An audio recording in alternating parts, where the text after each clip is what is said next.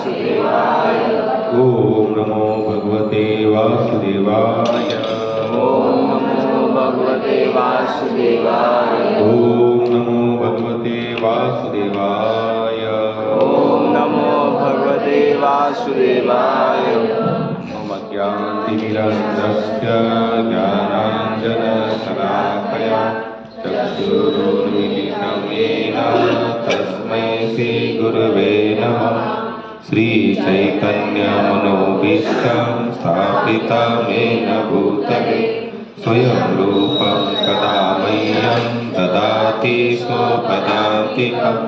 वन्देऽहं श्रीगुरुं श्रीयुतपदकमलं श्रीगुरून् वैष्णवांश्च श्रीरूपं साग्रजातं सहगणरघुनाथान्वितं तं सजीवं साद्वैतं सावधूतं परिजनसहितं कृष्णचैतन्यदेव श्रीराधा कृष्णपादांश्च सहगणललिता विशाखान्वितांश्च। हे कृष्ण करुणा सिन्धो दीनबन्धु जगत्पते गोपेश गोपिका कान्त राधाकान्त नमोऽस्तुते। सप्तकाञ्चन गौराङ्गी राधे वृन्दावनेश्वरी वृषभानुसुतं देवी प्रणमामि हरिप्रिये। वाञ्छाकल्पतरुभ्यश्च कृपा सिन्धुभ्येव पतितानां वैष्णवेभ्यो नमो नमः। जय श्री कृष्ण चैतन्य प्रभु नित्यानंद श्री अद्वैत गदाधर श्रीवासादि गौरभक्तवृंद।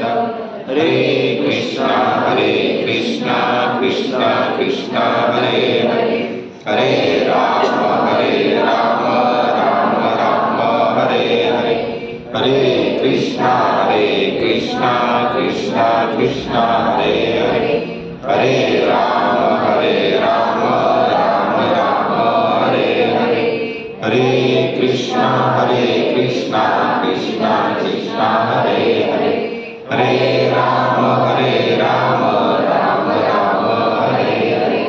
कृष्णाय वासुदेवाय देवकी नंदनाय च नन्दगोपकुमाराय गोविन्दाय नमो नमः। गोविन्दाय नमो नमः। गोविन्दाय नमो नमः। हरे कृष्णा। भगवद गीता अध्याय नंबर 5 श्लोक 29वां आप लोग निकालिए। आप में से कोई बोलिए। पाटिल माता जी बोलते का? हाँ। भोक्तारं यज्ञ तपसां सर्वलोकमहेश्वरं सहृदयं सर्वभूतानां ज्ञात्वा मां शान्तिमृच्छति। अजून कोण?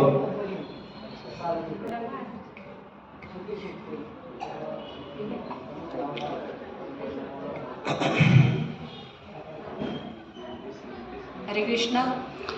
भोक्तारं यज्ञ तपसां सर्वलोकमहेश्वरं सुहृदयं सर्वभूतानां ज्ञात्वा मां शान्तिमृच्छति।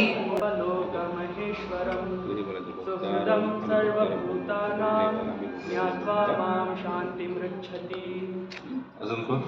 बोला। मुझे समस्त यज्ञों तथा तपस्याओं का परम भोक्ता, समस्त लोकों तथा देवताओं का परमेश्वर एवं समस्त जीवों का उपकारी एवं हितोषी जानकर मैंने भावनामृत से पूर्ण पुरुष भौतिक दुखों से शांति लाभ करता है। ये जो श्लोक है ना, इसमें यहाँ पर भगवान स्पष्ट रूप से बता रहे हैं। प्रभु जी, यहाँ पर भगवान स्पष्ट रूप से बता रहे कि जिनको शांति चाहिए उनका माइंड किस तरह से सेट होना चाहिए। अंत में भगवान क्या बता रहे? भोक्तारं यज्ञ तपसा सर्वलोक महेश्वरम सुहृदं सर्वभूतानां ज्ञात्वा मां शांति मृच्छति। संसार में हम जो भी कुछ देख रहे ना, जो भी कुछ देख रहे दिन रात, इसका एक ही कारण है, हर कोई शांति पाना चाहता है। क्या पाना चाहता है? शांति पाना चाहता है। लेकिन इस श्लोक में जिस तरह से भगवान बता रहे, मुझे ही जो कोई सब भक्तों का, यज्ञों का, सभी लोगों का जो भोक्ता जानता है, वही प्रॉपर शांति प्राप्त कर सकता है। अब मुझे बताइए आप लोग, क्या हम लोग सचमुच जैसे भगवान ने बताया शांति जिस बंदे को मिलेगी, क्या वो बंदा भगवान को भोक्ता मान रहा है? हम सभी का प्लानिंग कौन सा है? क्या प्लानिंग कर, जो हम लोगों ने जितने भी प्लानिंग बनाए हैं उसका सारांश क्या है? क्या चाहते हैं उस प्लानिंग में से हम लोग? सुख, शांति चाहते, समाधान चाहते, सुख चाहते, एक सेटिस्फेक्शन चाहते, या करने के बाद जो रिलैक्समेंट होता है ना, ऐसा अब हो गया काम। लेकिन क्या हम लोगों को मिल रहा है ये सब कुछ? नहीं मिल रहा है। क्यों नहीं मिल रहा है? क्योंकि भगवान ने जो हमें रास्ता बताया ना शांति का, कैसे शांति प्राप्त कर सकते, उस थिंग से हम लोग यहाँ पर कोई कार्य नहीं कर रहे। हम लोग भगवान को भोक्ता नहीं मानते हुए हम खुद को भोक्ता मान रहे हैं। क्या मान रहे हैं हम लोग? खुद को भोक्ता मान रहे, और यही हमारे दुख का कारण है। जिस समय हमने ठान लिया कि भगवान ही भोक्ता है, समझ लेना दुख वहां पर आपके खत्म हो गए। कितना आसान है सुख को पाना। लोग कहते आजकल अब जब हम जाते यहाँ वहाँ बाहर घूमते ज्यादा है, तो कितने सारे लोग बाहर ऐसे कुछ कुछ बैनर लगा दे, बोर्ड लगा दे, आपको शाश्वत सुख चाहिए तो आप हमारे पास आइए, हम आपको ध्यान की क्रिया सिखाएंगे, योग की क्रिया सिखाएंगे। लेकिन अगर गीता और भागवत और रामायण आदि प्रॉपर संत हो चुके इस युग में, कलयुग में, अगर उनका आधार लिया जाए या उनके वचनों के अनुसार देखा जाए शांति किस तरह से प्राप्त होती है, तो फिर हम लोग जो भी कर रहे हैं उसे क्या है, सब क्या है, सब व्यर्थ है। क्योंकि भगवान ने जिस तरह से हमें बताया हुआ है, हम लोग वैसा कुछ कर ही नहीं सकते, नहीं कर रहे हैं। क्यों नहीं कर रहे हैं? क्योंकि भोक्ता कौन बनना चाहता है? हम लोग खुद भोगना चाहते हैं। हम क्या बनना चाहते हैं? भोक्ता बनना चाहते हैं। हालांकि भगवान ने हमें यहाँ पर भोग बनाकर भेजा है उस भोगी के लिए। भोगी कौन है यहाँ पर? केवल भगवान है। और हम सब कौन है? दास है। उनके क्या है?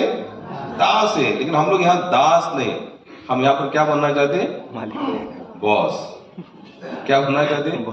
बॉस। हर कोई अपने अपने स्तर पर क्या बनना चाहता है? बॉस बनना चाहता है।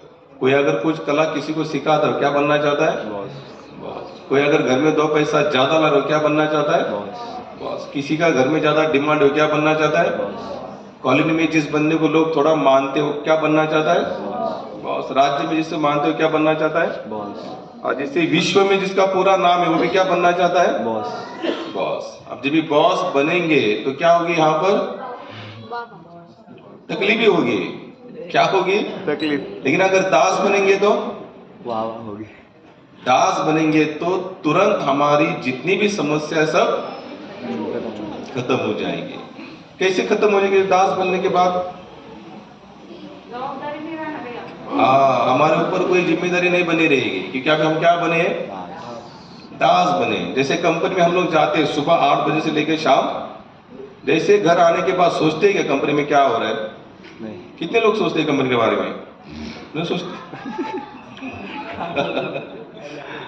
कहने का मतलब मेरा इतना ही, जैसे हम लोग कंपनी से निकल आते हैं घर पर तो हमारे ऊपर कोई जिम्मेदारी नहीं, क्योंकि हमने छोड़ दिया। अभी क्या वहां से निकल आए, हमारी बात खत्म।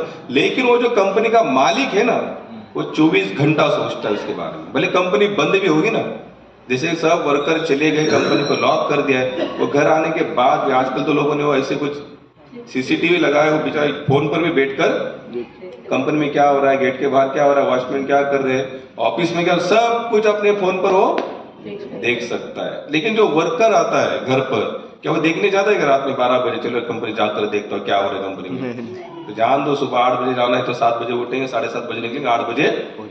लेकिन वो कंपनी का मालिक क्या करेगा? कंटिन्यू उसके बारे में सोचता रहेगा, क्योंकि उसका हेड है। वो कौन है? बॉस है। और जो सेवक का काम क्या है, काम करना है और वहां से निकल जाना है, बाद में जो होना है सो कितना आसान है यहाँ पर। बस संसार में भी हमारी यही स्थिति होनी चाहिए, संसार में भी हमारी कर्म हमको करते रहना चाहिए, लेकिन उस बॉस पर छोड़ देना चाहिए। हे भगवान, हमने कर तो दिया है, आगे आपको जैसे करना है सो, और हमें आगे की चिंता नहीं थी। लेकिन हम लोग क्या करते, पास्ट यानी कि भूतकाल में जो घट चुका है, हो चुका है, उसके बारे में चिंता करते हैं, और जो होने वाला है पता भी नहीं है होगा कि नहीं होगा। और हम लोग क्या करते हैं, भविष्य की चिंता करते हैं।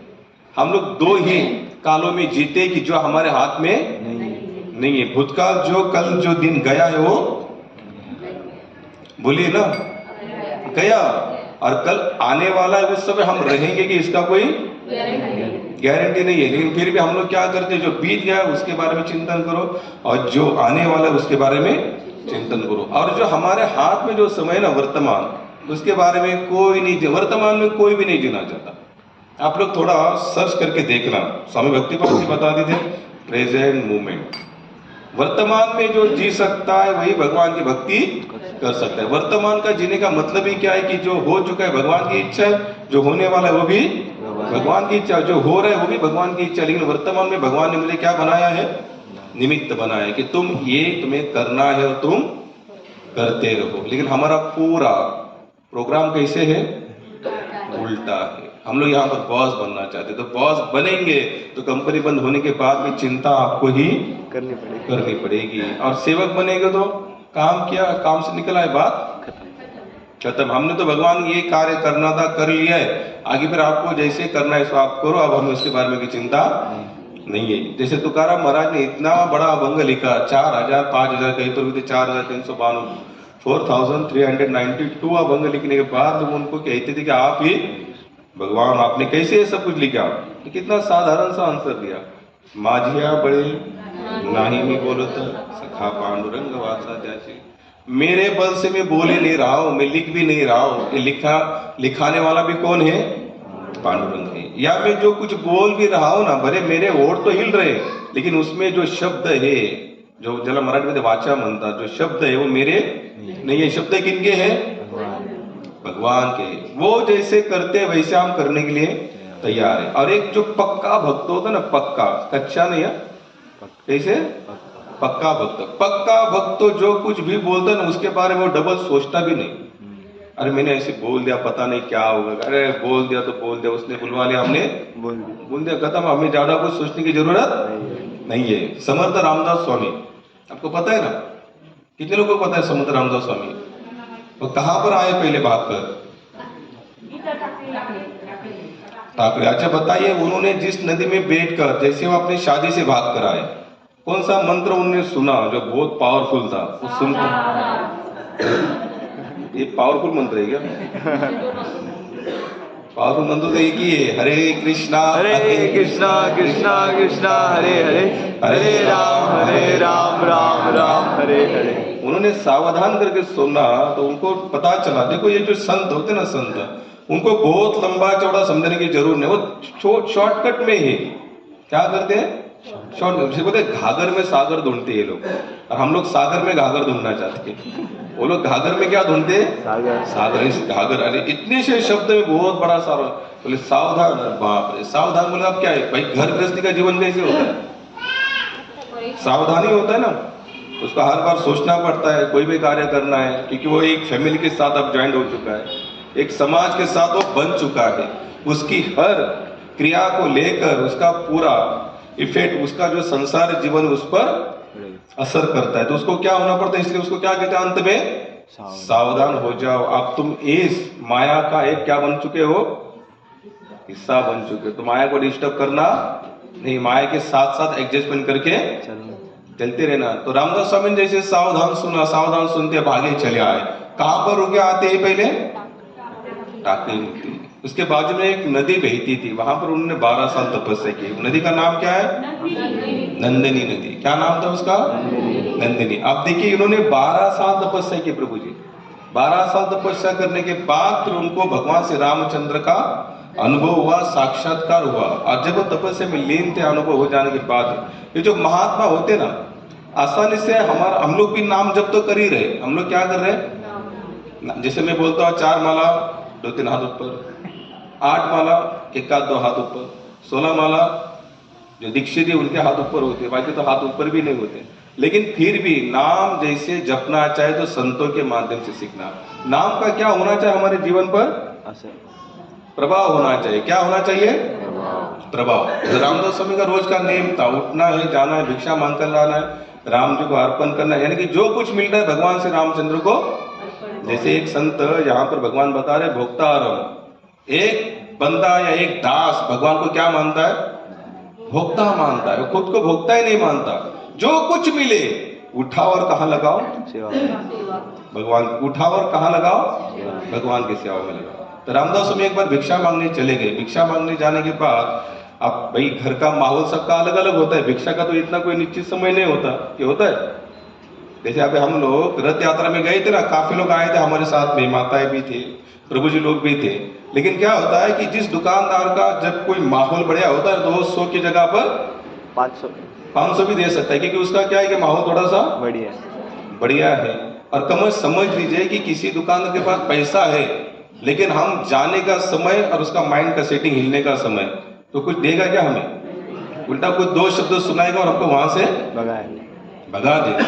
तो रामदास स्वामी भिक्षा मांग रहे थे, तो भिक्षा मांगते मांगते मांगते एक माता के घर में चले गए। अब उस माता पहले किस कारण हो सकती, थोड़ी सी डिस्टर्ब थी, और डिस्टर्ब थी तो रामदास स्वामी ने कहा, बोला श्री राम जय जय राम मैया भिक्षा दे। तो मैया का पहला पारा चढ़ा हुआ था। जब पारा चढ़ता है तो फिर कुछ सोचता नहीं, सामने कौन है कोई नहीं, इंसान कोई देखता नहीं।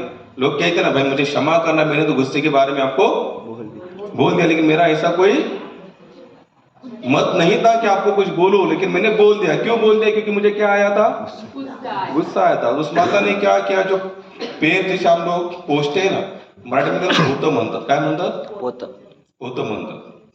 पहिल्या काळामध्ये जे असायचं ना पोतं, त्या पोते काय बनवतात, वाती पण बनवतात, त्या वाती आधी माहिती म्हणजे कंदील लावायचे बघा, त्याच्या वाती बनवायच्या। तो उस माता को गुस्सा तो पहले से आया हुआ था। तो रामदास स्वामी उसी समय पर गए तो उसने उठाकर वो पोता उठाया, बोले ये ले भिक्षा चाहिए तुझे, भिक्षा चाहिए। आए सुबह सुबह मांगने भिक्षा। रामदास स्वामी कुछ नहीं बोले, उसको ले लिया, बोले मैया इसी से तुम्हारा कल्याण होगा। क्या कहा, इसी से तुम्हारा कल्याण होगा। अगर आज हम लोग भिक्षा मांगने जाएंगे, हमको कोई पोता देगा तो हम लोग क्या बोलेंगे, इसी से तुम्हारा कल्याण होगा। हम भी बोलेंगे भाई कोई पोता डालेंगे, तुम्हारा भी कल्याण होगा। रामदास स्वामी पोता लेकर आए मंदिर में, उसकी वाती बनाई। क्या बनाई, वाती बनाई, और श्री रामचंद्र को दीप अर्पण किया। बोले महाराज आज भिक्षा में यही मिला है, लेकिन जिस माता ने दिया है ना, बड़े प्रेम से दिया है, उसका कल्याण करना। क्या कहा रामदास स्वामी ने, बड़े प्रेम से, जिस माता ने दिया है बड़े प्रेम से दिया, लेकिन उसका कल्याण करना।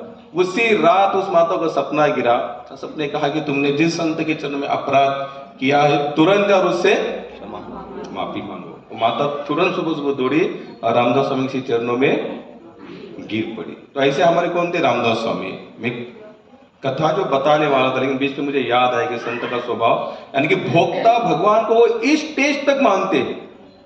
जैसे आज हम लोग, जैसे आप लोग कभी आएंगे बरसाना वृंदावन, तो बरसाना में आज भी ऐसे एक एक घर है जहाँ पर राधा रानी का जो गांव बताया जाता है, वहां पर माताएं सब भोग के प्लेट बनाती। कुछ जैसे अभी हम लोग क्या करते, भोग बनाते, भोग बनने के बाद उसको यानी कि किचन से भगवान के अल्टर तक भी लेके जाना है, तो उसको क्या करते हैं, ढक कर लेके जाते। क्यों ढक कर लेके जाते हैं, किसी की नजर ना लगे। लगती भी है, सही में लगती नजर, किसी की नजर ना लगे। एक भक्त का क्या है, भाव।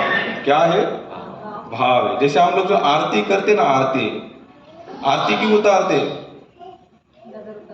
नजर उतारते। भगवान की क्या उतारते, आरती का मतलब क्या है, भगवान की नजर उतारना। एक भक्त का क्या है, ये भाव है। कहां पर था,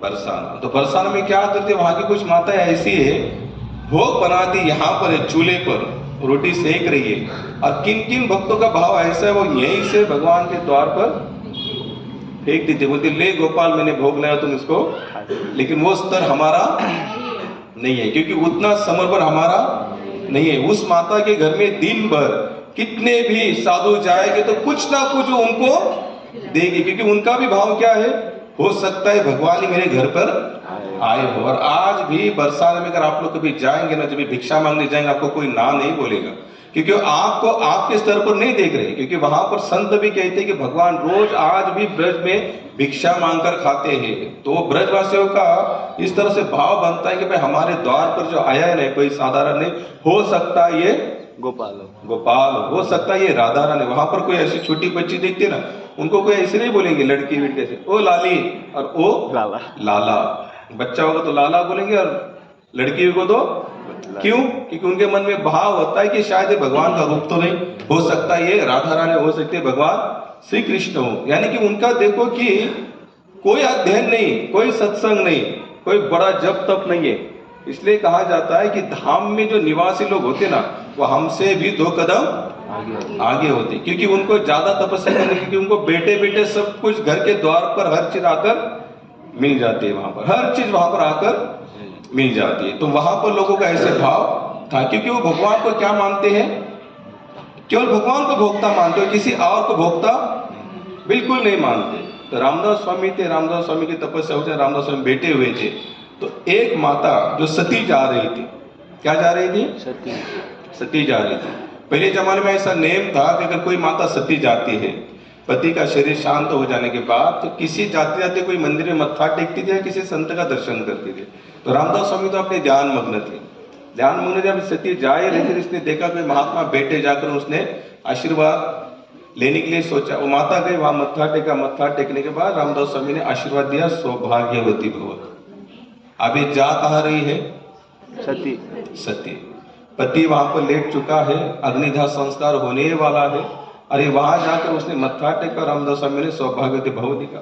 उनकी आंखें बंद थी, तो माता को लगा शायद, एक आदत होती ना भाई, मैं आशीर्वाद देता, हम तो ऐसे बोलते हैं, चलो हरे कृष्ण आपका कल्याण है। तो भगवान ने 16,108 क्या आपने एक किया तो क्या फर्क पड़ता है। तो एक संत का स्वभाव तो क्या करते हैं, नॉर्मल शब्द, जैसे कोई आपका पैर, हम लोग क्या बोलते हैं, हरे कृष्ण। हम ऐसा तो नहीं बोलेंगे जाओ तुम्हारा विध्वंस हो, ऐसा तो नहीं आशीर्वाद देंगे। तो उस माता को लगा शायद साधु है, आदत लगी है सबको अच्छा आशीर्वाद देना, उसने डबल प्रणाम किया। फिर रामदास स्वामी ने वही आशीर्वाद दिया, सौभाग्यवती। तो उस वो माता बोलती कि महाराज आंखें खोलो। बोलो मैं तो सती जा रही हूँ, बोले आपने जो आशीर्वाद दिया है, आप देखो जो मैंने ये बात क्यों छेड़ी थी, क्योंकि संत जो कुछ भी बोलते हैं ना, वो फिर उसके बारे में ज्यादा सोचते नहीं है। बस भगवान की इच्छा थी, इसलिए मेरे मुख से वो 2 शब्द निकल गए। तो रामदास स्वामी बोलते कि चिंता मत करो, मैंने तुम्हें आशीर्वाद नहीं दिया, ये तो भगवान से रामचंद्र की दया से मेरे मुख में माता सरस्वती का वास होने के कारण मैंने तुमको आशीर्वाद दिया है। बोले तुम्हारा पति मरेगा नहीं। तो रामदास स्वामी खुद चले वहां, और उस बंदे में जो लेटा हुआ था उसका पति इस पर, तो वहां जाकर उसके कान में बस इतना ही कहा राम, वो बंदा उड़ गया, जग गया। जगने के बाद दोनों ने रामदास स्वामी के चरण छुए और कहते कि महाराज बोलो हम आपके लिए कौन सी सेवा कर सकते हैं। तो रामदास स्वामी बोले कुछ मत करना, बस आपकी जो पहली संतान है ना, वो मुझे आप दे देना। तो उनकी पहली संतान वही रामदास स्वामी के पहले शिष्य बने। कितने लोगों को पता है, जो बैठक में जाते हुए सर वो जानते होंगे, रामदास उनकी भी समाधि है यहीं पर। जैसे रामदास स्वामी जैसे यहाँ पर रुके ना, तो उनके शिष्य की भी समाधि यहीं पर है। हाँ माता जी अभ्यास है। उद्धव स्वामी, क्या नाम था उनका, उद्धव स्वामी। उनकी संतान में उद्धव स्वामी रामदास स्वामी शिष्य बने, उनकी भी समाधि माता यहीं पर है। आपने देखा कि नहीं, आतमध्ये आत एक रस्ता जातो, पण ते आता पुरा उसको ये हो चुका है, त्याचं एकदम झाकलेलं रूप आहे, त्याला कोणी बघत नाही, कोणी लक्ष देत नाही, हे आपलं दुर्भाग्य आहे। कारण की आम्हाला त्या समाध्या नकोय, आपण नको त्या गोष्टी काय करतो, एकदम झोपा असतो। लेकिन जो देखना चाहिए, जिनका रक्षण करना चाहिए, उसके लिए हम बिल्कुल देखना नहीं चाहते। तो मैं बता केवल यही रहा था कि जो संत होते ना, वो केवल और केवल मात्र भोक्ता मानते किसको है, भगवान को। उनको तनिक भी इतनी चिंता नहीं होती, इतनी भी चिंता नहीं होती। क्यों, क्योंकि उन्होंने अपना पूरा भार कहाँ पर सौंप दिया है, भगवान पर। भगवान कर भार सौंपने का मतलब क्या है, बस आपने बोल दिया भगवान आप हमारे रक्षण करता हो, आप हमें तार दो, इतना बोलने से हो सकता है क्या? भाई कुछ तो आगे भी तो चलना पड़ेगा।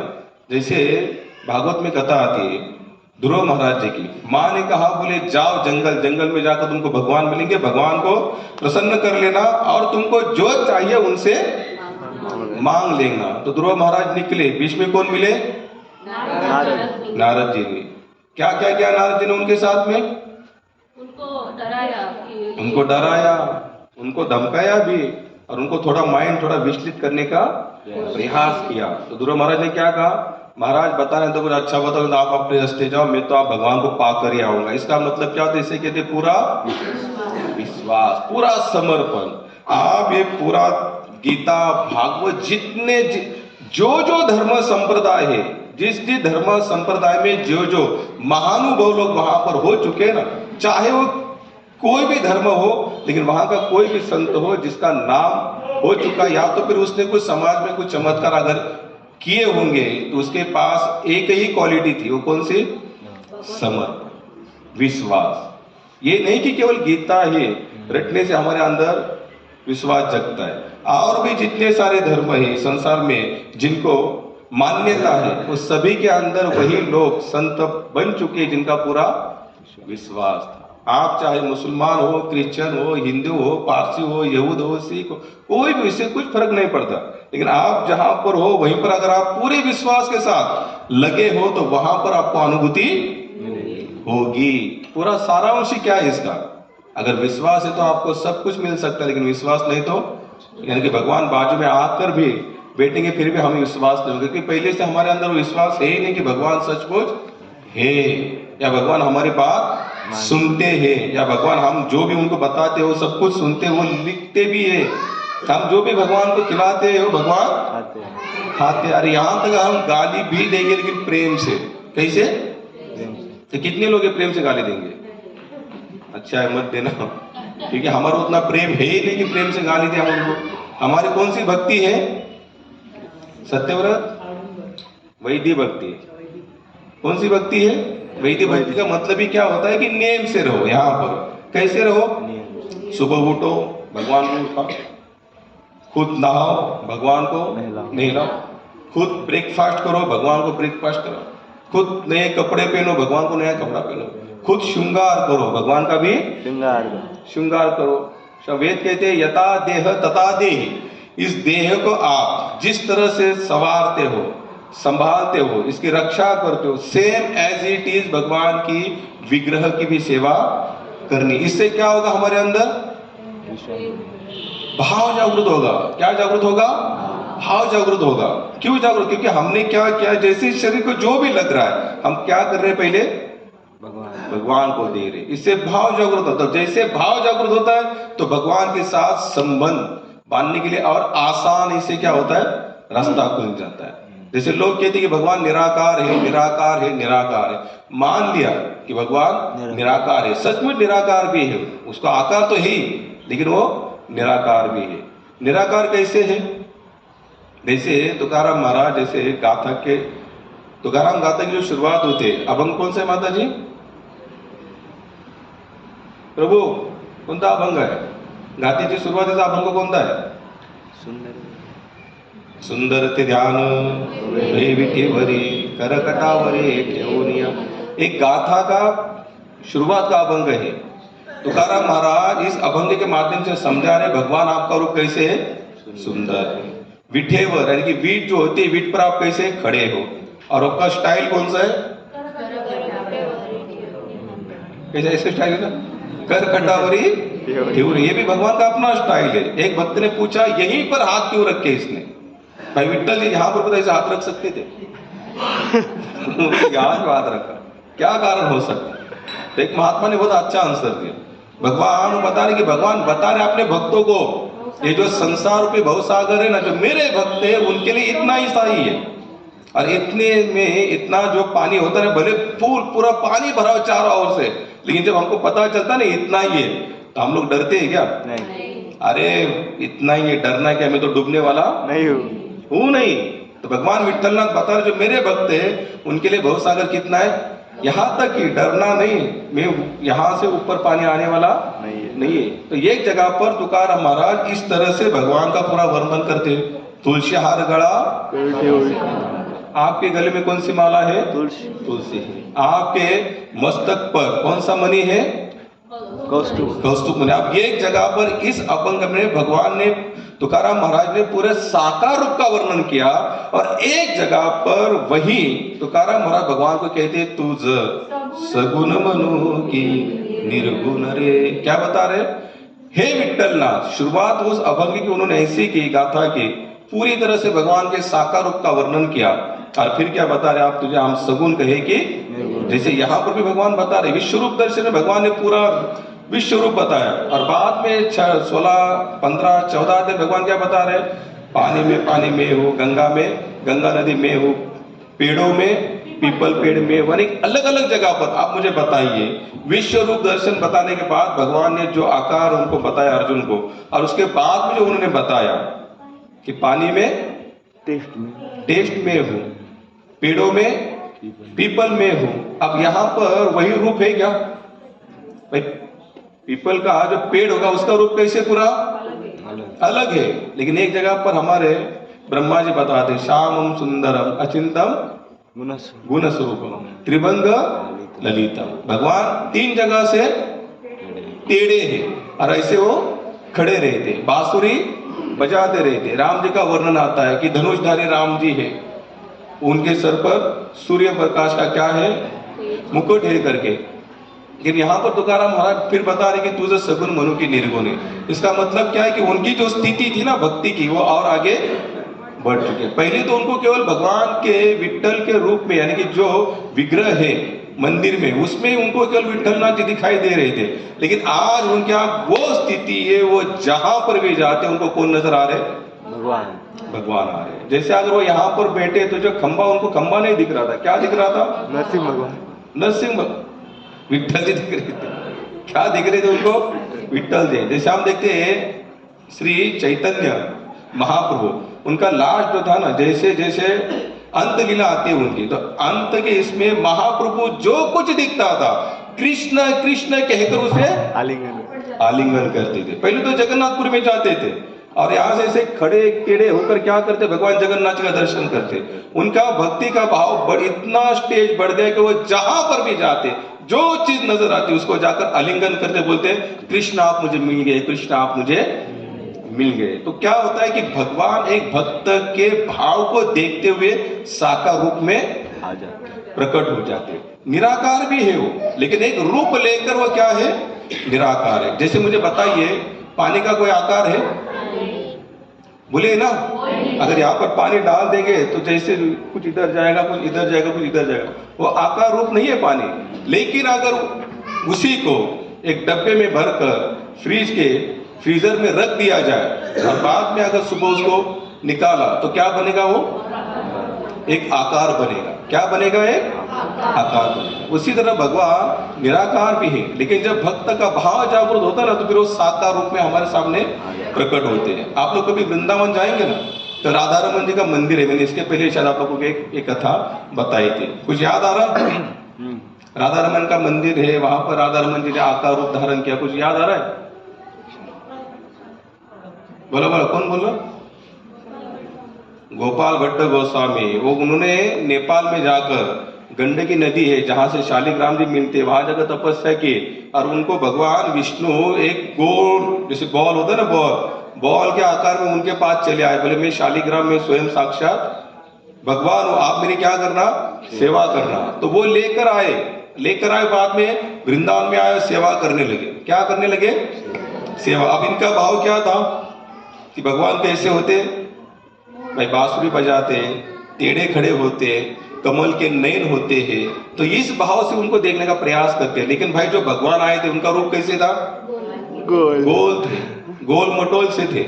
आप एक बहुत प्रयास करते थे कि वही रूप मेरे सामने, क्योंकि क्या होता है कि वो रूप नहीं होने के कारण वो कुछ सोचते थे कि मेरा वो भाव जागृत नहीं हो पा रहा है, क्योंकि जिस रूप में हमने सोचा था आपको, उस रूप में तो हमको दिखने, भले आप हो, लेकिन हमारा भाव तो नहीं हो रहा। तो एक बार रात भर रोए, बोले भगवान वो आपका जो रूप है वही रूप में आप आ जाओ। और रोने के बाद थोड़े समय के लिए उनकी नींद लगी, और उठने के बाद देखी तो क्या हुआ? वहां पर वही फिर वो गोल मोटोल जैसे नहीं थे। आज भी अगर आप जाएंगे तो राधा रमन इतने से खड़े, आज भी कितनी विग्रह उनकी, इतनी सी विग्रह है। आज भी अगर आप जाते हो तो वृंदावन में वही गोपाल भट्ट गोस्वामी जो शालिग्राम जी को लेकर आए थे, पूरे एक रात में बदल गए। क्यों बदल गए? भाव के कारण बदल गए। उसका भाव था, क्या था उनका भाव था, भगवान मैं आपको वही रूप में देखना चाहता हूं, क्योंकि मेरा वही रूप में आपके प्रति क्या है, आकर्षण हो चुका है। और ये इतने बड़े बड़े महात्मा है कि भगवान को हर चीज में, हर रूप में देखना चाहते हैं। और भगवान भी अपने भक्त का भाव देखते हुए पूरे सिस्टम को बदलते हैं। याद रखना, यहाँ पर कोई अपना सिस्टम नहीं बदलना चाहता। कोई बदलना चाहता है कि घर में हम लोग रहते हैं तो पत्नी अपने एक स्टेटस पकड़ के है, पति अपना खुद का एक दर्जा घटाकर है, बच्चे अपने हिसाब से चलते हैं, लेकिन भगवान भक्त के हिसाब से चलते हैं। किनके हिसाब से चलते हैं? भगवान। आप लोगों ने आज तक जितनी भी कथाएं सुनी है उसमें बताइए भगवान का अपना कोई नियम है क्या? शुरुआत में भक्त समर्पण जाता है तो नियम के अधीन होकर जाता है, लेकिन जब भक्त का भी पावर बढ़ता है ना तो वो भी भगवान के साथ थोड़ा सा दोस्तों में कर लेता है। क्योंकि अब क्या बना है, उसका उतना अधिकार बना है। जैसे नई नई जो दुल्हन होती है ना तो पहले सबका आदर करती है, एकदम रिस्पेक्ट करती है। कैसे करती है? सबका रिस्पेक्ट करती है। जैसे ही साल होता है, 2 साल होता है, 3 साल होता है तो थोड़ा थोड़ा भाई थोड़ा चाय लाओ, वहां बना के रखे, आप ही जाकर पी लो। और नए नए में बेटो बेटो थक रहा है, मैं ही लेकर आती हूँ। थोड़ा जुना होते हो तो अपने हिसाब, अभी वो उनका अनादर नहीं कर रही है, लेकिन आप वो संबंध इतना दृढ़ बन चुका है कि उसमें उतना आदर करने की अब जरूरत नहीं है। तो भक्त का एक भाव भी उसी तरह से बनते जाता है। क्या होता है?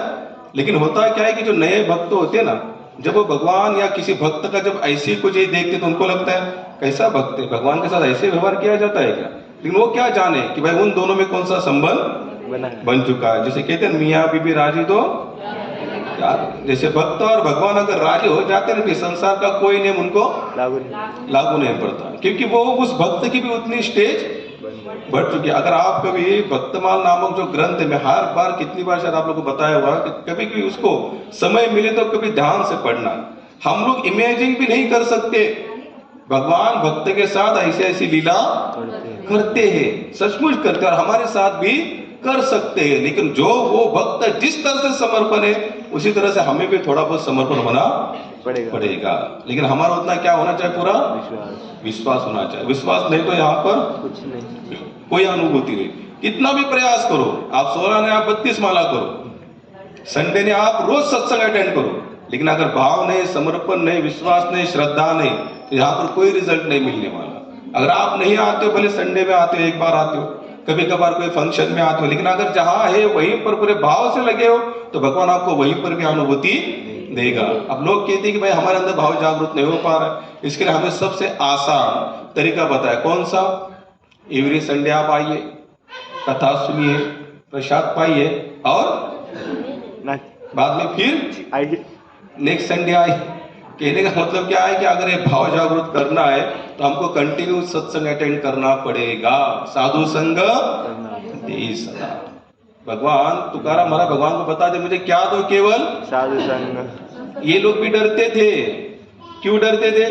जैसे आप अच्छे संग से बाहर निकले नहीं निकले तो गंदे लोगों का संग तैयारी है कि कब आप हमारी तरफ आते हो, कब हमारी संख्या बढ़ेगी। बस आपको देखते टाकते रहते, ये निकल आए, आप इसने छोड़ दिया हरे कृष्ण में जाना, आप ले लो इसको अपनी तरफ। क्या करो? आप ले लो अपनी तरफ। कल हम लोग गए थे चलने के लिए, इसका एक दोस्त था, अब इसका एज कितना 18-20 साल होगा। वो कहाँ बैठे थे पता है? दारू पीने के लिए गोदावरी के तट पर, नदी के तट पर। शास्त्र कहते हैं कि संतों को ढूंढना है तो कहाँ चले जाओ? नदी के तट पर। ये बोलता है कि मेरा दोस्त है। बढ़िया है। होली थी ना कल, हम लोग चल के जाते, गोदावरी का तट था, मस्त से एकदम अपना, ये बेटी थी महफिल जमा थी, वो उसको गाली दे। हम तो जॉगिंग कर रहे थे, उसकी गाली, भाई भजन कर रहे, आप जो आवाज आएगी, दुनिया जो आएगी वो तो वहां पर तो जाएगी।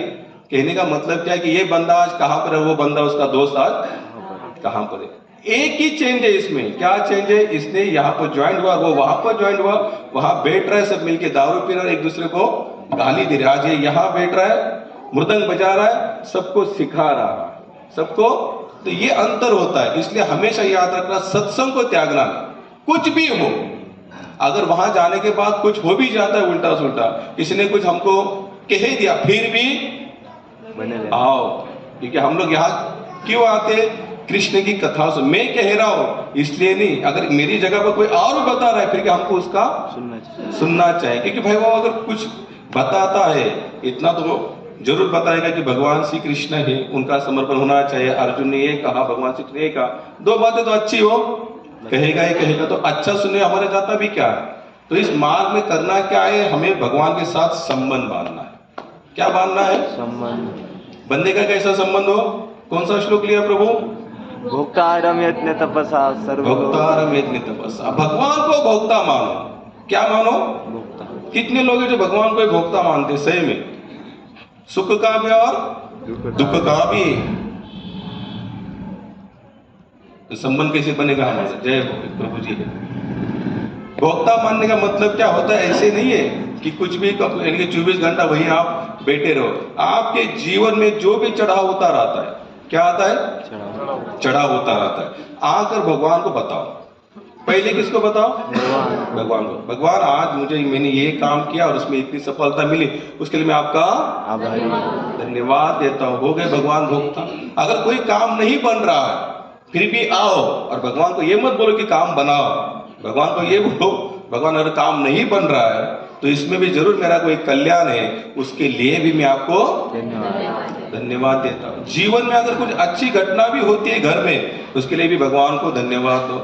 अगर कोई गलत घटना भी होती है, कोई नुकसान वाली भी घटना होती है, फिर भी आकर क्या करो? भगवान को धन्यवाद दो। जैसे तुकाराम महाराज की पत्नी पहले चली गई और ऐसी चली गई कि अगर आज के समय में अगर कोई बंदा अगर इससे प्राण छूटेगा तो मुझे लगता है समाज उसको कोसता रहेगा जीवन भर कि पापी था इसलिए ऐसे प्राण उसके चले गए। पहली जो उनकी पत्नी थी उसके ऐसे प्राण छूटे, उसको प्राण छूटते समय पानी का बूंद भी नहीं मिली, अनाज नहीं मिला खाने के लिए, अकाल था, ऐसे समय पर उनकी पत्नी चली गई। लेकिन वो सब दुख देखने के बाद तुकाराम महाराज ने भगवान को क्या किया? बरे झाले देवा बरिया गेली। बोलिए बोलिए, मेरे पीछे पीछे बोलिए। बरे झाले देवा निघाले दिवाळे, बरे झाले देवा निघाले दिवाळे, बरे झाले देवा निघाले दिवाळे, देवा निघाले दिवाळे, बरिया संसारा पीडा गेली, बरिया संसारा पिढा गेली, अनुतापे तुझे राहिले चिंतन, अनुतापे तुझे राहिले चिंतन, झाला हा मन संसार। झाला हा मन संसार। क्या बोले भगवान को? बरे झाले देवा निघाले दिवा, यानी कि वो सावकार थे। जब अकाल गिरा तो उन्होंने जितना भी धन था लोगों से, जो कुछ जेवरात लिए थे, सब बांट दिए, ना ब्याज ना मुद्दल। बोले तुम ही रोको, नहीं चाहिए मुझे। जितने कुछ उनके पास खाते थे, खाते बोलते क्या बोलते मराठी में, हिंदी में क्या कहते, जिसका खाता लिखा हुआ था भाई इसका इतना जमीन है, उसको भी उसको बांट दिया। बरे झाले देवा निघाले दिवाळे, बरे झाले देवा, बरिया संसार, बरे झाले देवा निघाले, बरिया संसारा पीडा गेले। पत्नी को क्या बोल रहे हैं? इडा पीडा जाऊ बडीच राजी। असं येतं का? वो बता रहे पीड़ा का मतलब क्या होता है भाई, जो पत्नी अगर भगवत भक्त है, अगर वो सता नहीं रही, अगर वो भगवत भक्ति में सहयोगी हो रही, तो समझ लेना हमारे लिए पीड़ा नहीं है। लेकिन अगर कह रही तुम तुम्हारा भजन में लगे हो और यहाँ पर घर में कौन देखेगा, तो कौन है फिर? पीड़ा है। कितने लोग हैं? अच्छी बात है भाई, जो भगवत भक्ति कर रहे हैं उसे क्या करो आप? पुश करो, उसको सहयोग करो। अगर नहीं माला करते कम से कम, जैसे उनकी जो सेकंड पत्नी थी उसका नाम क्या था? आवड़ी था। लेकिन आवड़ी को भगवान का दर्शन क्यों दिया? उसका एक ही उसने नेम किया, वो कोई माला बिला नहीं फेरती थी। लेकिन जब तक तुकाराम महाराज खाना नहीं खाएंगे तब तक आवड़ी खाना नहीं खाती थी। इतना उसका नियम था रोज का। जब तक स्वामी खाना ना खाए, भले 2 दिन लगे चाहे 3 दिन लगे, उनको खिलाने के बाद ही ये खाती थी। इसके कारण उनको पहला भगवान ने दर्शन दिया। सब कुछ जाने के बाद केवल भगवान को क्या कर रहे हैं? धन्यवाद। इसको कहते हैं भगवान को भोक्ता मानना। क्या मानना भगवान को? भोक्ता। भोक्ता मानना। सफलता असफलता ये भगवान के दो रूप है। भक्तिपाद जी बताते हैं सुख और दुख यही भगवान के दोनों रूप है, लेकिन भगवान का एक रूप हम सभी चाहते हैं। कौन सा? सुखमय। लेकिन भगवान का दुखमय कौन चाहता है यहाँ पर? बिल्कुल नहीं। यहाँ किसी का भी कोई ऐसा आयोजन नहीं कि जिससे हमें दुख मिले, लेकिन फिर भी हमें आता है। अरे यहाँ तक संत बताते आप कोई भी संबंध बांधो इनके साथ, क्या करो? कोई भी संबंध, किसी भी कैटेगरी का संबंध बांधो, भगवान आपके संबंध को स्वीकार करते हैं। भागवत में कथा आती है, जब भगवान मथुरा आए, कंस ने न्योता भेजा था ना, किनके माध्यम से भेजा था? कौन लेने गए थे? अक्रूर। अक्रू जी लेने गए थे। तो अक्रू जी के माध्यम से वो न्योता भेजा था, चले आए। मथुरा में आने के बाद उनको एक गणिका मिली। क्या नाम था उसका? कुब्जा। क्या नाम था? अब इसका रोज का क्या काम था? वो चंदन घिसती थी और कहाँ लेके जाती थी? कंस के लिए लेके जाती थी। उस दिन उसने पहली बार भगवान को देखा, पहली बार देखा। बोले आज का भोक्ता कंस नहीं, आज का भोक्ता कृष्ण है, भगवान कृष्ण है। जब उसने, अब मथुरा के जितने भी वासी थे ना, उन्होंने केवल कृष्ण के लिए सुना था। श्रवण की जो प्रक्रिया होती है ना, ये यहाँ पर देखना है कि भक्तिपाद जी यहाँ पर बहुत अच्छा लिखते हैं। उसके पहले कभी भी भगवान मथुरा नहीं गए थे। कहीं पर वर्णन है क्या प्रभु? भगवान मथुरा गए थे, लेकिन भगवान जो भी लीला यहाँ करते थे ना, तो यहाँ की जितनी भी गोपियां थी, जब वो वहां पर जाती थी मथुरा दूध दही बेचने, तो बेटे बेटे वो भगवान की लीला सबको सुनाते थे। सुनने की जो होती ना इंटरेस्ट, वो वैसा होना चाहिए। मथुरा में इतने सारे भगवान के भक्त थे, वो सोचते कि कब यहाँ पर भगवान कृष्ण आएंगे, क्योंकि जो इतनी सारी ढेर सारी लीला वहां पर कहते, उनकी देखने की उनके मन में क्या थी? लालसा थी। हम लोग इतनी कथा सुनने के बाद भी एक संडे छोड़ देते हैं, कभी भजन करते नहीं, या कोई लीला हमारे ध्यान में रहती हुई भी नहीं। अपवाद कोई लोग ऐसे होते हैं जिनके माइंड में सब लीलाएं फिट बैठती है। क्या बैठती है? क्योंकि उनकी सुनने की प्रक्रिया कैसे? वो प्रेम को भोगते भोगते भगवान की लीला सुनते हैं। जैसे मथुरा की जितनी नारियां थी, उन्होंने जब भगवान के श्रृंगार के रूप में सुना था, तो हमेशा मन ही मन सोचते थे कि भगवान को अब हम कब देखें, कब मौका ऐसा। जब उनको पता चला कि भगवान श्री कृष्ण आने वाले, तो सभी लोग अपने माइंड को सेट करते हुए बस उनकी एक झलक देखने के लिए तरस रहे थे। जब भगवान वहां पर आए, तो ये जो थी कुब्जा, उसने क्या किया? उस दिन का पूरा चंदन जो वहां जाने वाला था कंस को लगाने के लिए, उसने कहाँ लगा दिया? भगवान को लगा दिया। आप देखो, भगवान श्री कृष्ण जी को इन्होंने चंदन तो लगा दिया, अब उतनी सेवा की है। उसके पहले कोई वर्णन नहीं आता कि ऐसी कोई एक नारी थी कुब्जा करके, जो वहां मथुरा में बैठे बैठे भगवान की सेवा करती थी। जैसे विभीषण का आता है कि नहीं, लंका में रहने के बाद भी वो राम राम का भजन करता था, लेकिन इस साथ कोई वर्णन नहीं है। तो रोज क्या करती थी? कंस की सेवा करती थी, दासी बनी हुई थी वहां पर। भगवान को पहली बार देखा, बस लगा दिया चंदन। बोले आज का चंदन आपको। भगवान ने पूछा क्यों? बोले वो नहीं, मुझे पता नहीं, आप बहुत सुंदर दिखते हैं और मुझे लगता है चंदन के अधिकारी भी आप। वही श्लोक आ रहा है, भोक्तारम। भगवान को क्या मांगो? जो भी अनमोल चीज आपके हाथ में आ रही ना, पहला कहाँ ऑफर करो? भगवान को। हो गया काम खत्म। इतना तो करना। मुझे पता है भक्ति कितनी सरल है। तो इससे क्या होगा? भगवान का हमारा संबंध दृढ़ बनेगा। जैसे चंदन लगा दिया, भगवान भी खुश हो गए। अब वो नारी कैसी थी? और सुंदर थी पहले, उसको कोई सुंदर नारी नहीं कहते थे। अब भगवान ने देखा उसका स्वरूप थोड़ा आड़ा टेढ़ा था, यहाँ से क्या निकला था? उसको कुबड़ निकला था।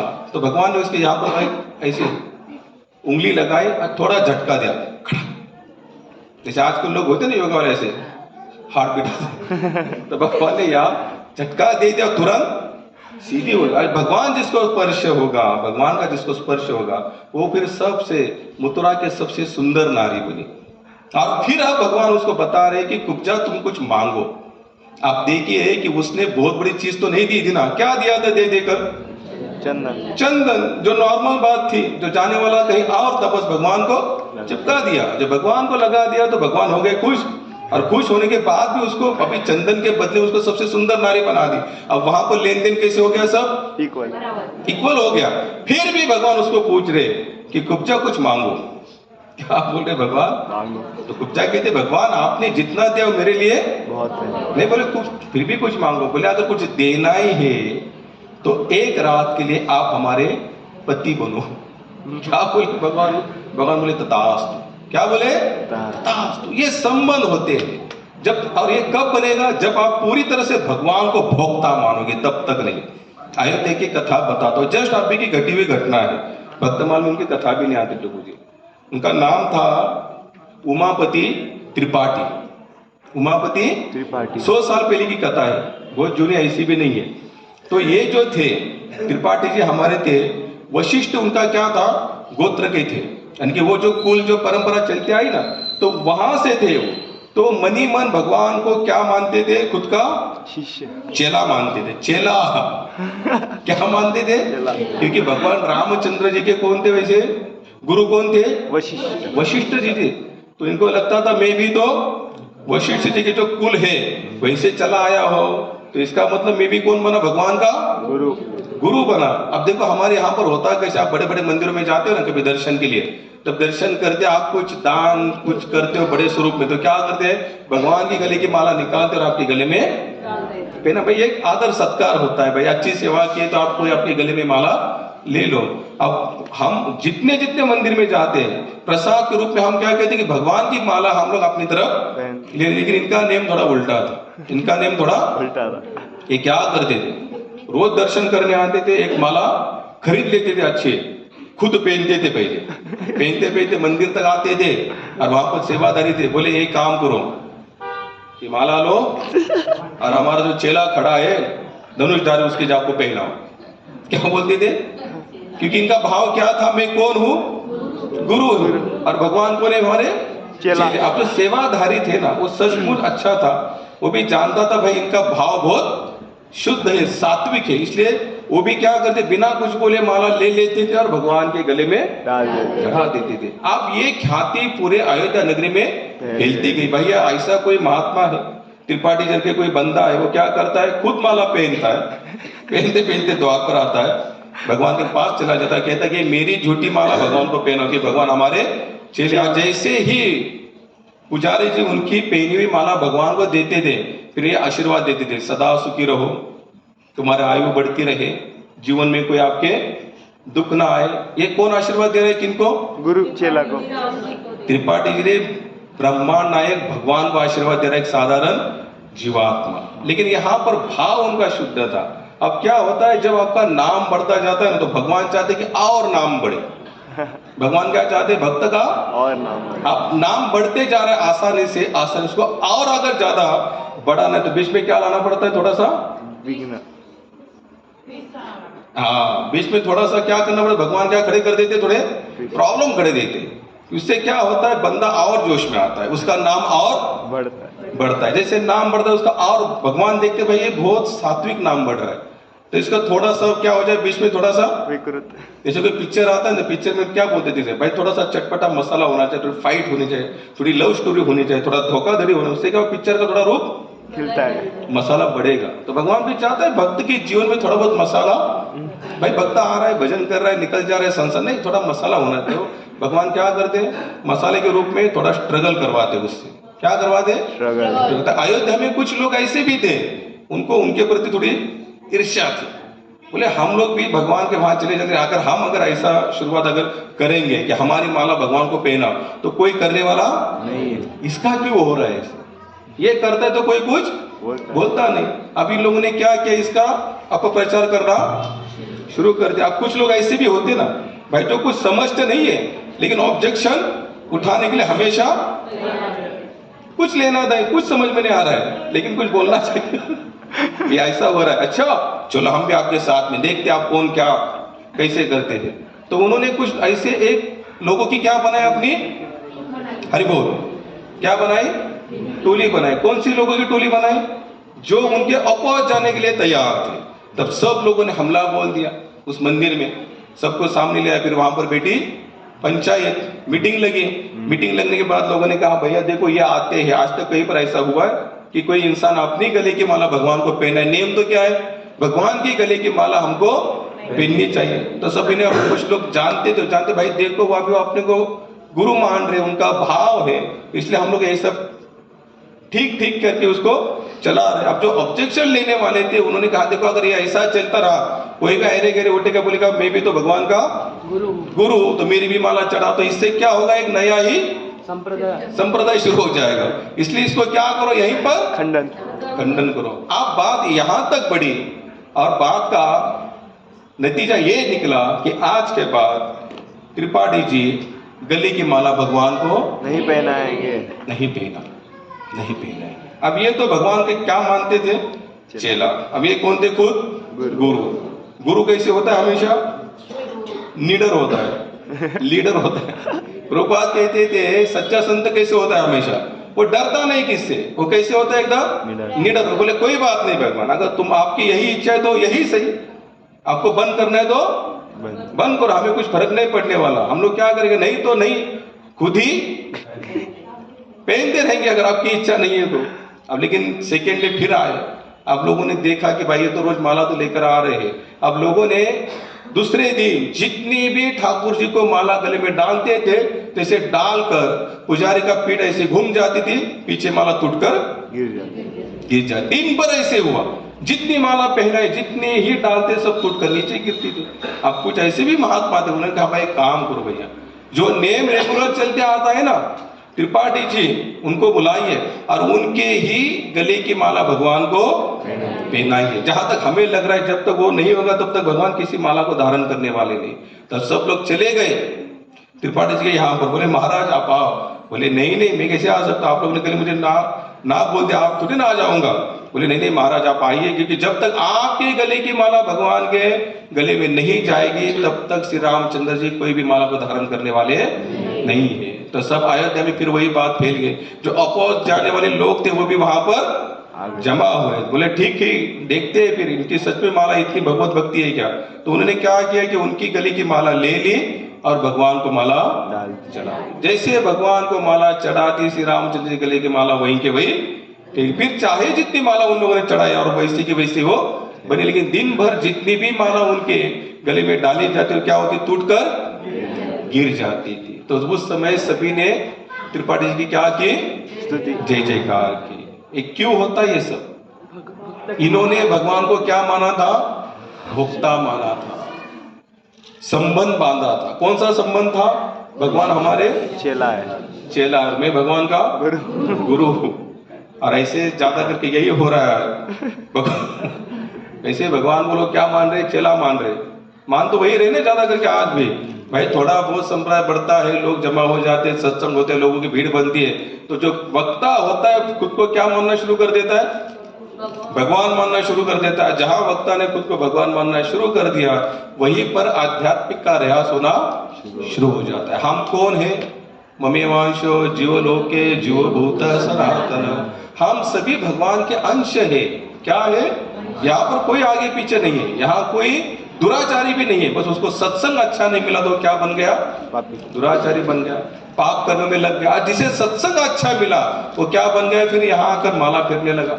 ये कब होता है, सब सत्संग के कारण होता है। लेकिन जब तक सत्संग बढ़िया नहीं करेंगे तब तक हमारा उद्धार होना नहीं है। इसलिए करना क्या है, बस हमेशा भगवान का नाम सुनते रहना है, भगवान की कथा सुनते रहनी है। और जो भी जीवन में चढ़ाव उतार होता है उसका कारण केवल आपको मानना किसका है, ईश्वर परम कृष्ण सच्चिदानंद विग्रह अनादिर आदिर गोविंद सर्व कारण कारणम। सब कारण के कारण कौन है, कौन है, भगवान श्री कृष्ण है। आप और हम किसी भी चीज के कारण नहीं है। अगर इतनी सी बात समझ में आती है तो ये श्लोक हमारे जीवन पर लागू पड़ेगा। इसलिए करना क्या है, जो भी ला रहे भगवान को पहले खिलाओ। जब यहाँ पे आम का सीजन आ रहा है तो क्या करो, रस आम आते पहले कहाँ लगाओ, भगवान की सेवा में लगाओ। अगर कुछ कहीं से धनराशि आती है, सैलरी आती है, तो पहली सैलरी कहाँ रखो, भगवान के चरणों। जो भी कुछ आता है पहले कहाँ रखो,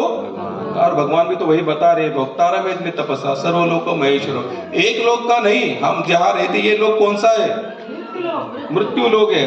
ऐसे लोग कितने हैं, 14 लोग है। और 14 लोगों के भी ऊपर जितनी भी सृष्टि है उसके भी भोक्ता कौन है, भगवान श्री कृष्ण है। एकदम आसान है भक्ति करना। भक्ति में स्थिर होने के लिए और कुछ करने की जरूरत नहीं है। हरे कृष्णा।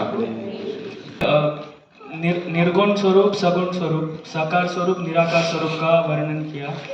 मैं जानना चाहता हूँ कि कौन सा स्वरूप निर्गुण या सगुण श्रेष्ठ है? क्या निर्गुण श्रेष्ठ है, क्या सगुण श्रेष्ठ है, या दोनों एकदम इक्वल है, दोनों में कोई अंतर नहीं है, ऐसा है क्या? समझ में आया आपको प्रश्न? कौन सा प्रश्न पूछा प्रभु जी ने? कि निर्गुण स्वरूप श्रेष्ठ है कि सगुण स्वरूप श्रेष्ठ है, या दोनों समान है? देखा जाए तो हम लोगों के लिए सगुण ही श्रेष्ठ है, निर्गुण नहीं। भाई जिसका कोई आकार ही नहीं तो प्रेम कहां से जागृत होगा? जागृत होगा क्या? कोई आकार नहीं।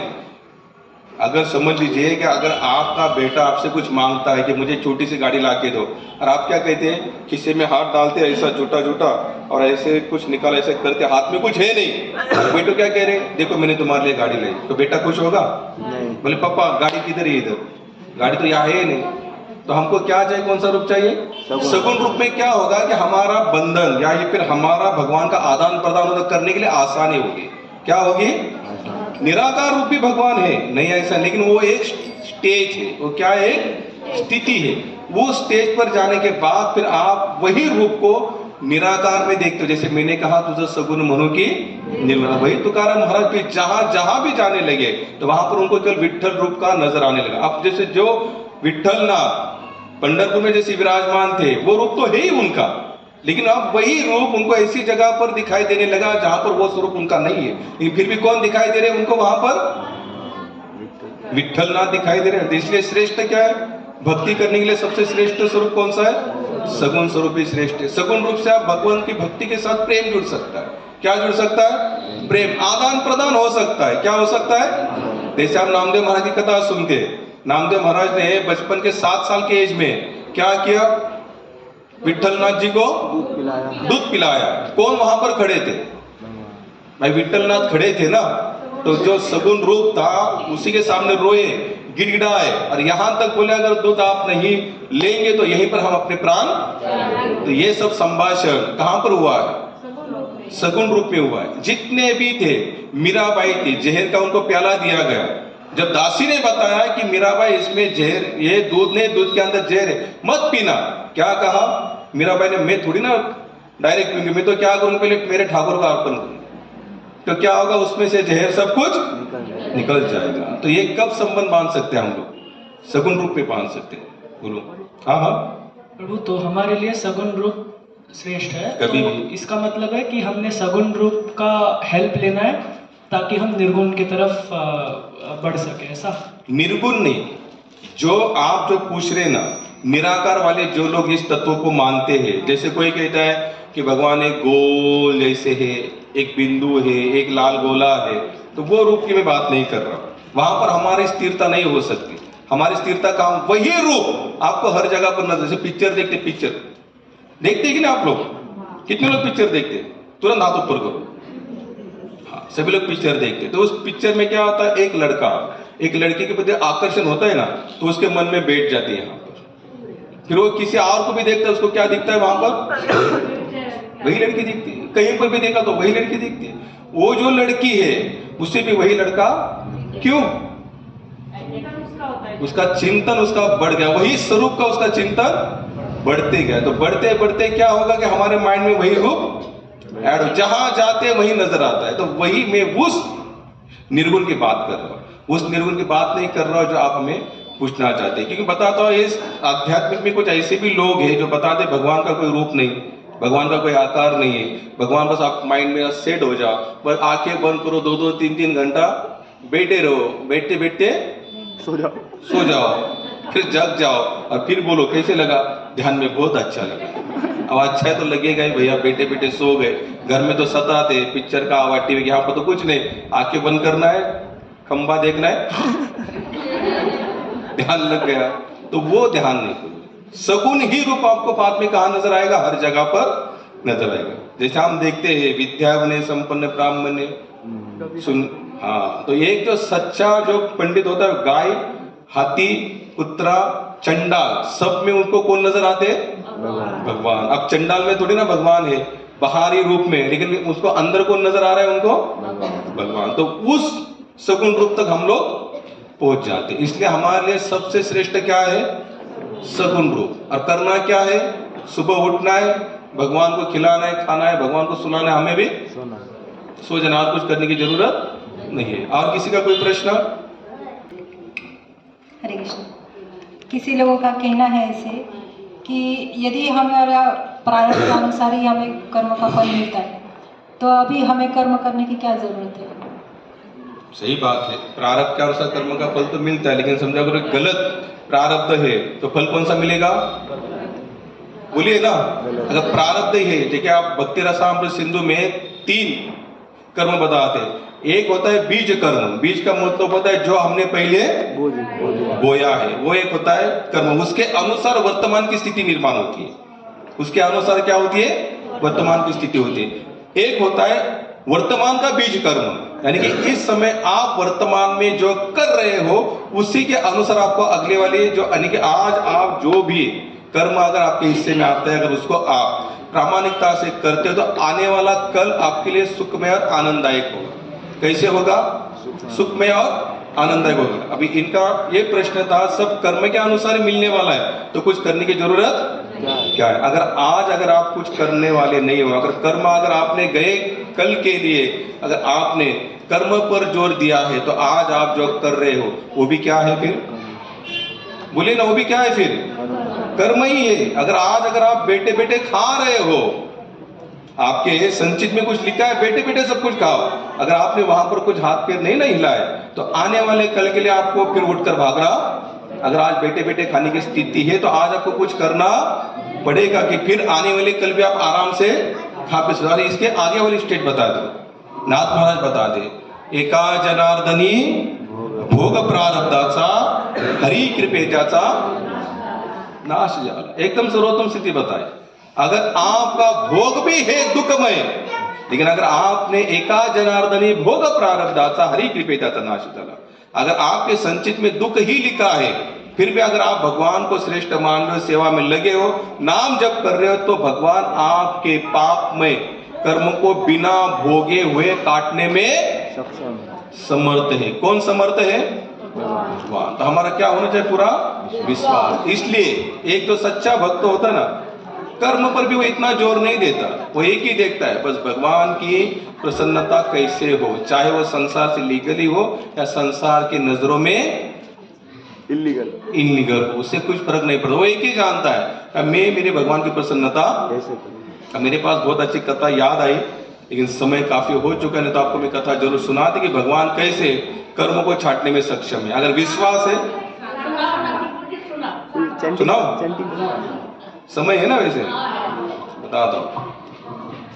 एक महात्मा थे, एक पेड़ के नीचे बैठे रहते थे, रोज बस एक ही करते थे, गांव में जाते भिक्षा मांग के लाते, छोटे से ठाकुर जी विराजमान किए थे, उनको खिलाते और राम राम राम राम राम राम राम एकदम प्रामाणिकता से भगवत भक्ति में लगे। तनिक भी उनका मन विचलित नहीं था संसार के प्रति। कैसे? तनिक भी मन विचलित नहीं था संसार के प्रति, यानी कि पूरी तरह से, जैसे हम कहते हैं ना, ब्रह्मभूत प्रसन्न आत्मा न सोचती ना कांक्षती। जो ब्रह्मभूत होते हैं ना, वो किसी के बारे में सोचते नहीं, जो आया आया ठीक, नहीं आया नहीं आया ठीक, मिला मिला ठीक, नहीं मिला नहीं मिला, एकदम वो कैसे होते हैं? क्योंकि उनका संबंध कहाँ ज्वाइंट हो चुका है? भगवान के साथ। तो एक बार नारद जी वहां पर घूमते घूमते चले गए। अब जब नारद जी ने उनको देखा, उनका पूरा शेड्यूल देखा, उनकी भगवत भक्ति में जीवन देखा, तो नारद जी के मन में उनके प्रति बहुत ही प्रेम उभर आया। एक भक्त के मन में, एक भक्त के लिए क्या होता है? हमेशा प्रेम उभर आता है। जैसे हम कहीं पर जाते हैं और कोई दिखता है, वो बहुत भजन कर रहे, बहुत सेवा कर रहे, तो हम खुद आकर यहाँ कहते हैं आप वहां जाइए, वो बहुत अच्छे महात्मा, बहुत अच्छी सेवा करते। क्योंकि क्या हुआ? हमारे मन में उनके प्रति क्या निर्माण हुआ? प्रेम निर्माण हुआ। तो नारद जी गए, तो नारद जी ने देखा भाई उनका तो बहुत अच्छी सेवा। तो नारद जी वहां गए तो उसने भी नारद जी का बहुत अच्छा स्वागत किया। तो उन्होंने पूछा, नारद जी आप तो हमेशा बिना रोक ठोक वैकुंठ जाते हो, वैकुंठ जाने वाले एक ही महात्मा ऐसे जिनके ऊपर कोई रोक नहीं है, उनको कोई कर टैक्स है, कोई परमिशन, अर्ज बिरजा, आधार विधार कोई दिखाना नहीं पड़ता, वो डायरेक्ट कहाँ चले जाते? सीधा वैकुंठ। एक नारद जी ऐसे, बाकी सबको, ब्रह्मा जी को भी पहले एक जगह पर खड़े होकर स्तुति करनी पड़ती है, तब उनकी अर्जी आगे जाती है, तब जाकर अंदर से बुलावा आता है, फिर ब्रह्मा जी। लेकिन नारद जी वैसे, नारद बिंदा चले जाते हैं। तो महात्मा ने कहा कि महाराज जी आप बिंदास वैकुंठ जाते हो, आपको रोक टोक नहीं, भगवान से आपका डायरेक्ट संबंध है, बातें करते हैं। बोले हाँ कोई बात नहीं। तो उसने कहा एक बताओ नारद जी, आप अभी भगवान के पास जाएंगे ना वैकुंठ, तो भगवान को मेरा एक ही मेरे मन में प्रश्न मुझे खाए जा रहा है कि मेरा इसी जन्म में उद्धार होगा या और जन्म लेने पड़ेंगे। क्या कहा, ध्यान से सुनना इस प्रश्न को, आंसर बहुत अच्छा है। क्या प्रश्न पूछा कि नारद जी अगर आप भगवान के पास जाएंगे तो मेरा एक ही प्रश्न है कि मेरा इसी जन्म में उद्धार होगा या और जन्म लेने पड़ेंगे। तो नारद जी ने अपने हिसाब से आंसर दिया, भैया तुम इतनी अच्छी सेवा करते हो, आपका कंफर्म है आपका इसी जन्म में उद्धार होगा, लेकिन फिर भी अगर तुम्हारी इच्छा है कि भगवान का कोई आंसर आपको सुनना है तो जब मैं जाऊंगा तो तुम्हारा ये प्रश्न भगवान से जरूर पूछूंगा। नारद जी चले आए वैकुंठ में, तो भगवान ने पूछा घूम आए, बोले भूतल, बोले हाँ घूम आए, बोले बहुत भक्त मिला, लेकिन एक भक्त ऐसे मिला उसके मन का एक ही प्रश्न है कि उन्होंने ये प्रश्न पूछा है कि जीवन भर में प्रामाणिकता से सेवा में लगा हो, तो उनका एक ही प्रश्न था कि मेरा इसी जन्म में कल्याण होगा या उद्धार होगा या मुझे और जन्म लेने पड़ेंगे, कि वो आपसे आंसर चाहता है। लेकिन मुझे जहां तक लगता है कि वो जिस तरह से लगा है ना उस हिसाब से उसका इसी जन्म में कल्याण होना चाहिए। तो भगवान बोले कोई बात नहीं, आंसर तो मैं दे देता हूँ। तो भगवान ने देखा कौन भगत है, आपने कितना समय जाता है भगवान को सब चेक करने में। तो भगवान ने देखा, देखने के बाद भगवान ने तुरंत कहा वो जिस इमली के पेड़ के नीचे बैठा है, कौन से पेड़ के नीचे बैठे थे? इमली का पेड़ देखा हमने कितना बड़ा होता है और उसके पत्ते इतने बड़े बड़े होते हैं। तो कितने होते हैं? छोटे छोटे होते हैं ना। इमली के पेड़ के पत्ते कितने होते हैं? इतने छोटे छोटे होते हैं। तो भगवान ने कहा उसको बताना, जिस इमली के पेड़ के नीचे बैठे हो उस पेड़ में जितने पत्ते हैं उतने जन्म लेने के बाद तुम्हारा कल्याण होगा। अब नारद जी मन ही मन थोड़े नाराज हो गए। मुझे जहां तक लगा था भाई भक्ति ऐसा कर रहा है बंदा, और मैंने तो मेरे हिसाब से दे भी दिया था आंसर, भाई इतनी अच्छी भक्ति कर तो इसी जन्म में उद्धार है। अब नारद जी मन ही मन सोचे उसको क्या आंसर दो भैया, भाई उसने तो कितनी अपेक्षा के साथ पूछा था। भाई अगर जैसे मैं पूछता हूं कि आप मुझे आइसक्रीम खिला सकते हो तो आप क्या बोलेंगे मन ही मन, खाना है क्या, चलो मेरे साथ। मैं बोलूंगा ना ना ना ना, अब मुझे खाना दे, इसलिए तो मैंने आपसे पूछा। तो नारद जी ने शायद, नारद जी को लगा भैया इसको लग रहा था इसी जन्म में उद्धार होगा, इसलिए तो उसने प्रश्न। नारद जी फिर घूमते घूमते आए। अब आप इस समय आए तो थोड़े नारद जी कैसे थे, निराश थे। उसने पूछा नारद जी आप आए? हम बोले आए। बोले मेरा प्रश्न तो पूछा, लेकिन भगवान ने उत्तर थोड़ा सा, बोले कोई बात नहीं आप बता दो कितने जन्म के बाद होगा या बता दो। तो बोलता आप सोच नहीं सकते इतने जन्म के बाद। कितने जन्म के बाद? 10, 15, 20, 100, 1000? बोले नहीं महाराज, आप जिस पेड़ के नीचे बैठे हो ना, इमली का इतना बड़ा पेड़ है और इसमें जितने पत्ते हैं उतने जन्म जाने के बाद आपका उद्धार होगा, ये मुझे आंसर भगवान ने। ऐसे सुनते वो नाचने लगा, वो गाने लगा, भाव विभोर हुआ, लोटपोट होने लगा, उसका विश्वास और दृढ़ होते गया। काफी समय से चलता रहा ये सब। नारद जी तो देख ही रहे भैया, मुझे तो लग रहा था ये निराश होगा, जैसे हम लोग निराश होते ना, भाई 10वीं फेल हो गया, 2 बार 10वीं, 3 बार 10वीं फेल हो गया, निराश होना भी चाहिए तो 11वीं जाए। एक भक्त होता है वो कभी भी निराश नहीं होता। तो नारद जी देख रहे, और उतने में एक चमत्कार हुआ, वैकुंठ से विमान आया, उसको बोला बैठ भैया तो विमान में चल हमारे साथ। क्या हुआ, कहां से विमान आया? वैकुंठ से। वैकुंठ किनका घर है? श्री हरि भगवान। अपने आंसर देने वाले कौन थे? नारद भगवान ही थे ना, भगवान ने आंसर दिया। अब नारद जी को और दुख हुआ, भाई भगवान ने मुझे इनके सामने झूठा गिरा। मुझे क्या बोले, इतने ढेर सारे जन्म जाएंगे फिर इनका उद्धार होगा। और इसको जब मैंने बोला तो ये भी नाचने लगा, कूदने लगा, हरिबोल बोलने लगा, लोटपोट होने लगा। और उतने में वैकुंठ से विमान आया, जय विजय उतरे भैया, भेलो बोला आप बैठ जो आपका सब खत्म हो गया। अभी आपको कहाँ बुलाए? भगवान वैकुंठ में। आप नारद जी को ज्यादा बुरा लगा, बोले भगवान ने मेरे साथ झूठ क्यों बोला? मैं तो कभी भगवान से झूठ बोलता नहीं, भगवान ने मेरे साथ झूठ क्यों बोला? अब नारद जी भगवान के मन माने जाते। जैसे नारद जी ने भगवान का स्मरण, भगवान ने ऐसा क्यों कहा, ऐसा क्यों कहा, तुरंत भगवान वहां पर प्रकट हो गए। अब जैसे भगवान प्रकट हुए तो नारद जी थोड़े से निराश। तो भगवान ने पूछा भाई नारद जी क्यों निराश हुए? आप भाई आपके कारण मैं झूठा गिरा ना उसके सामने, आपने मुझे क्या गिरा उसके सामने? झूठा। बोले झूठा नहीं, मैंने जो भी आंसर बताया था वो सही बताया था। कौन सा आंसर बताए थे भगवान? इतने जन्म जाने के बाद उधर मैंने बता दिया, और मैंने बताने के बाद आपके ही लोग आए, वैकुंठ से विमान आपने भेजा, उसको बिठाया और लेके गए। बोले आपने तो फिर झूठा कहा ना। बोले नहीं, मैंने जो भी कहा था सही कहा था, लेकिन उसका विश्वास इतना बड़ा, मेरे प्रति लगन इतनी बड़ी कि मुझे उसके विश्वास के कारण उसके पूरे जन्म काटने पड़े। क्या करने पड़े? काटने पड़े। और जैसे उसके पूरे जन्म मैंने काट दिए, तो इसी जन्म में वैकुंठ का अधिकारी बना। इसका आंसर समझे आप? भगवान देखो, अगर आप सचमुच लगे हो ना, तो आप ये सब छोड़ दो, दिमाग से निकाल दो, मेरा कर्म में मैं भोग, ये रोना धोना छोड़ दो।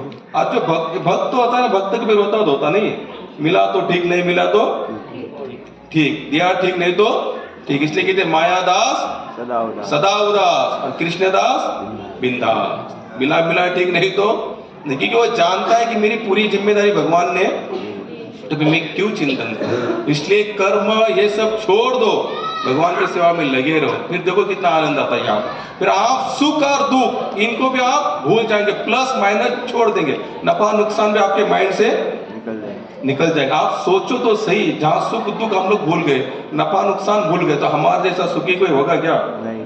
एक तो लोग हमको पहली डिग्री देंगे, क्या हुआ है? पागल। और सच में भगवान के भक्ति में जब तक पागल नहीं होते तब तो यहाँ पर कुछ मिलने वाला भी नहीं है। इसलिए कर्म के ऊपर इतना जोर मत दो, भगवान की कृपा पर ज्यादा जोर दो। वो चाहे तो कुछ भी करने में सक्षम है।